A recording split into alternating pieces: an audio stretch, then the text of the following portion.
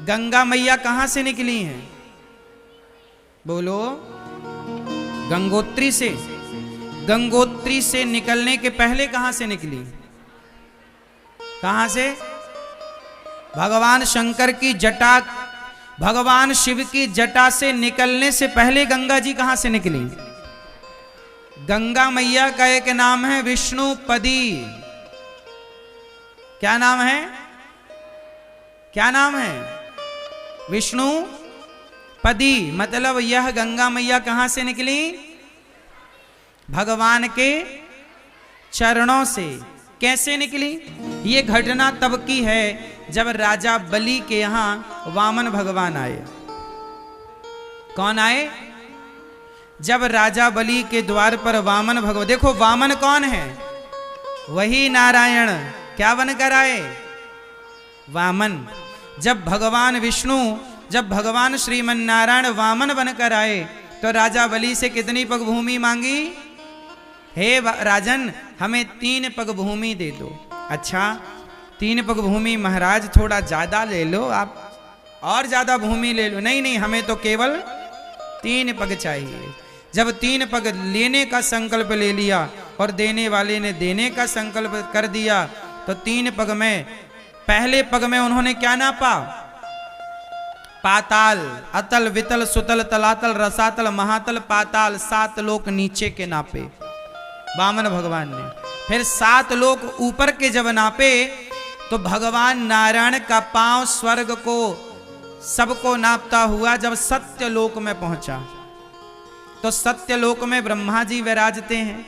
तो ब्रह्मा जी ने देखा कि भगवान का चरण मेरे द्वार से गुजर रहा है, तो ब्रह्मा जी ने बिना देर किए भगवान के पांव का अंगूठा, चरणों को धुल लिया। उनके कमंडल में जल था ब्रह्मा जी के, तो जल डाला और धुल करके वही चरणामृत अपने कमंडल में भर लिया। किसने? बोलो।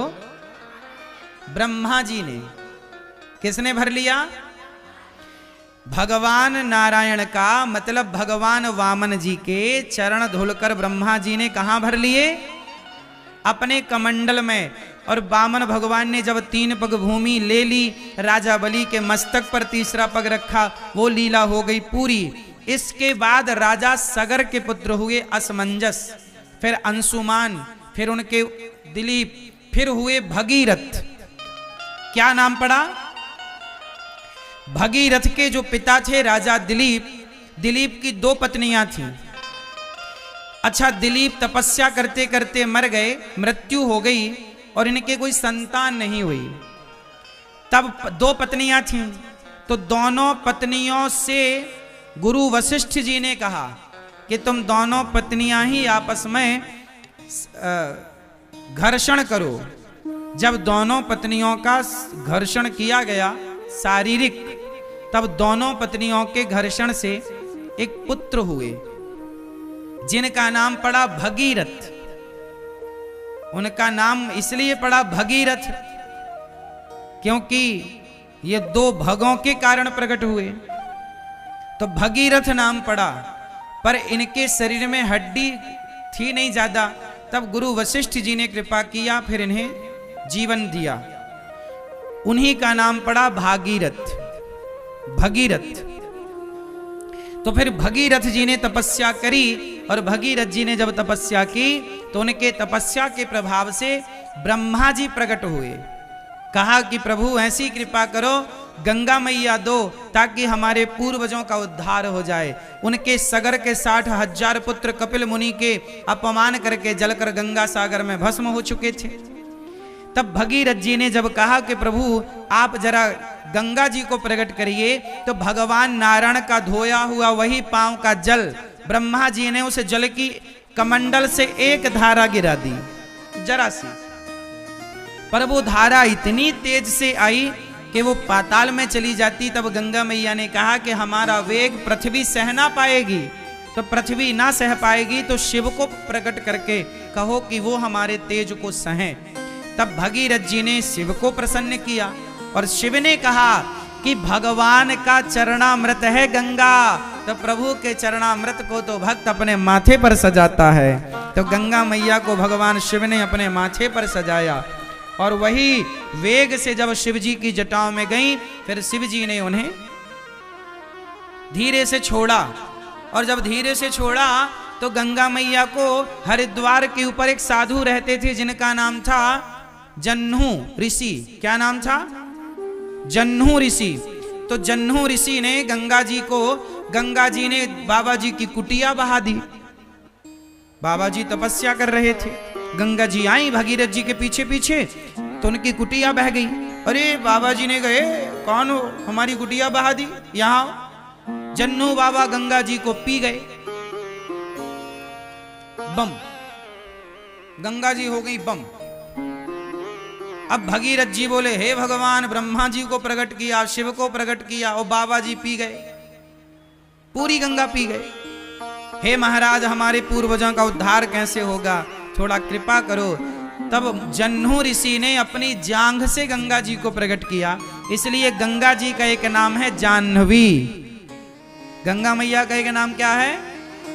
जाह्नवी।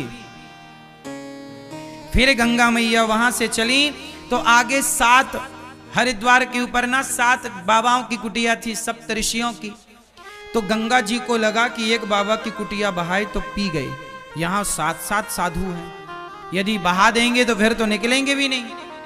तो गंगा मैया ने 7 संतों की कुटिया को बचाते हुए आगे बढ़ी, तो गंगा मैया की 7 धाराएं हो गईं। तो हरिद्वार के ऊपर गंगा मैया की कितनी धाराएं हैं? 7 धारा है। वो 7 ऋषियों को बचाने के कारण हो गई। फिर वही गंगा मैया जब चली तो चलती चलती चलती चलती जब वो प्रयाग पहुंची तो गंगा मैया के सामने प्रयाग में भी एक संकट आकर खड़ा हो गया। प्रयाग में गंगा मैया आगे नहीं बढ़ी, गंगा मैया हाथ जोड़ के खड़ी हो गई। किसके सामने? बोलो बोलो, यमुना मैया के सामने। क्यों? क्योंकि यमुना मैया कौन है भगवान की? जोर से, जोर से। यमुना मैया है भगवान की पत्नी। भगवान कृष्ण की चौथी कौन है? यमुना मैया भगवान कृष्ण की चतुर्थ पटरानी है। यमुना मैया कौन है? विरजा नदी। बैकुंठ में एक नदी है विरजा, वही विरजा महारानी भगवान कृष्ण की लीला के समय यमुना महारानी बनकर प्रकट हुई और भगवान श्री कृष्ण की पत्नी है यमुना। यमुना मैया कौन है भगवान की? जोर से। अच्छा, यमुना मैया प्रयाग से पहले से जा रही थी, पहले से बह रही थी। तो प्रयागराज जी में जब यमुना महारानी का दर्शन हुआ तो गंगा मैया हाथ जोड़ के खड़ी हो गई। अच्छा, गंगा मैया है भगवान की दासी, भगवान के चरणों से निकली हैं, तो दासी है गंगा मैया और पत्नी है यमुना मैया। तो भाई दासी तो पत्नी का सम्मान करेगी। तो गंगा मैया हाथ जोड़ के खड़ी हो गई, हे मां आप आज्ञा करिए मैं कहां जाऊं। तब यमुना मैया ने कहा गंगा आ मेरे गले से लग जा। तब गंगा मैया को यमुना जी ने अपने गले से लगाया और गंगा मैया ने कहा, यमुना मैया ने कहा बहन आज से आगे की यात्रा अब तू करेगी, आगे तेरे नाम से जाना जाएगा, मैं अपनी यात्रा यहीं पूरी करती हूं। तो यमुना मैया की यात्रा प्रयाग में पूरी हुई और यहां से आगे किसकी यात्रा चालू हुई? यमुना मैया की आज्ञा से चालू हुई। किनकी आज्ञा से चालू हुई? हाँ, यमुना मैया की आज्ञा से चालू हुई। यहां एक तीसरी नदी भी है जो जब मां अपने बेटी के बालों में चोटी करती है, क्यों मैया आप लोग बालों की चोटी करती हो ना अपनी बेटी की या अपने पोती की, बहन की, तो चोटी करते समय कितने धाराएं निकालती हो बालों की? 3। जब बालों की 3 धाराएं निकालती हो और जब चोटी पूरी होती है तो दिखती कितनी धारा है? कितनी दिखती हैं? नहीं, चोटी तो एक दिखती है लेकिन चोटी में ना वो 2 दिखती हैं। कितने ध्यान से देखना, किसी की चोटी उटी हुई? अब आप कल चोटी भी नहीं करते लोग, समस्या ये। चोटी में 3 धाराएं हैं, तीनों को जब मैया ऐसे ऐसे गूंथती है ऐसे ऐसे, तो उसमें दिखती कितनी है? दिखती 2 हैं पर होती 3 है। उसी तरह ये गंगा मैया को भी त्रिवेणी कहते हैं, त्रिवेणी संगम। यहाँ गंगा यमुना की 2 धाराएं तो दिखती हैं, पर चोटी में जैसे तीसरी होती तो है पर दिखाई नहीं पड़ती, ऐसे यहाँ पर माँ सरस्वती विराजमान तो हैं, पर हम सबकी नजर से परे हैं। उन्हें कोई ऋषि हो, कोई संत हो, कोई तपस्वी हो तो वो उनका दर्शन करें।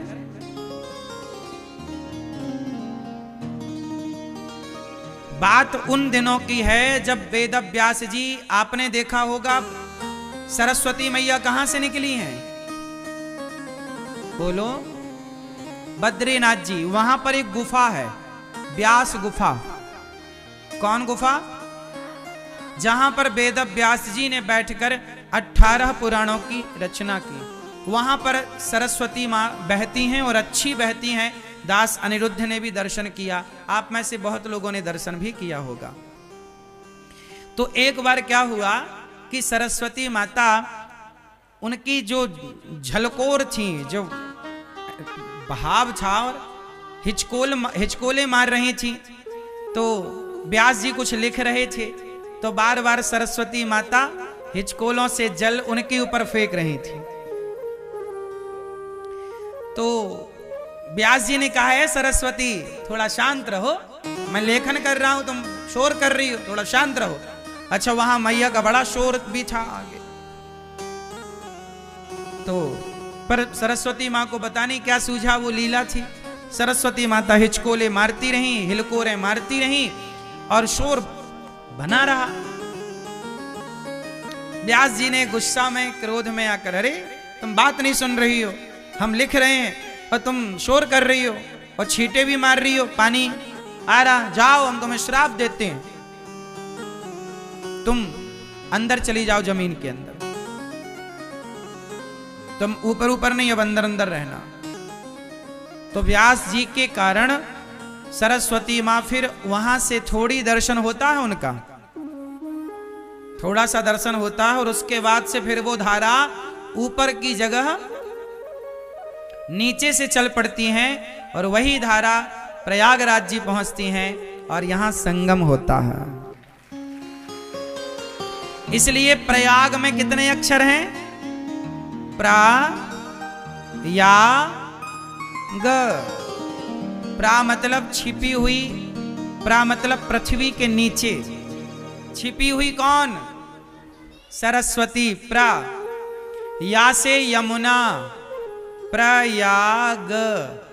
गा से 3 अक्षर हैं और तीनों अक्षर तीनों नदियों का प्रमाण दे रहे हैं। प्रयाग, प्रा मतलब पृथ्वी पर छिपी हुई, पृथ्वी पर छिपी हुई माता सरस्वती। प्रा, या मतलब यमुना, गा मतलब, हाँ। अब देखो यहां पर तीनों का क्रम देखिएगा, पहले कौन है?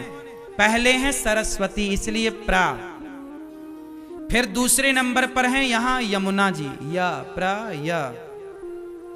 गंगा जी सबसे बाद में आई, भागीरथ जी के कहने से आई, उनके साथ आई, भगवान की चरण पदी है। तो गा आखिरी में है, प्रयाग आखिरी में क्या है? गा, गंगा। तो यहां पर मां भगवती यमुना जी ने गंगा मैया को अपने गले से लगाकर उन्हें सम्मानित किया, उनका मान बढ़ाया। ऐसे धाम में हम लोग बैठे हैं जहां गंगा, यमुना और मां सरस्वती का संगम है। देखिए इसी संगम में आज हमारा और आपका भी संगम हुआ, मिलन हुआ। बोलिए प्रयागराज की, गंगा मैया की, यमुना मैया की, सरस्वती मैया की।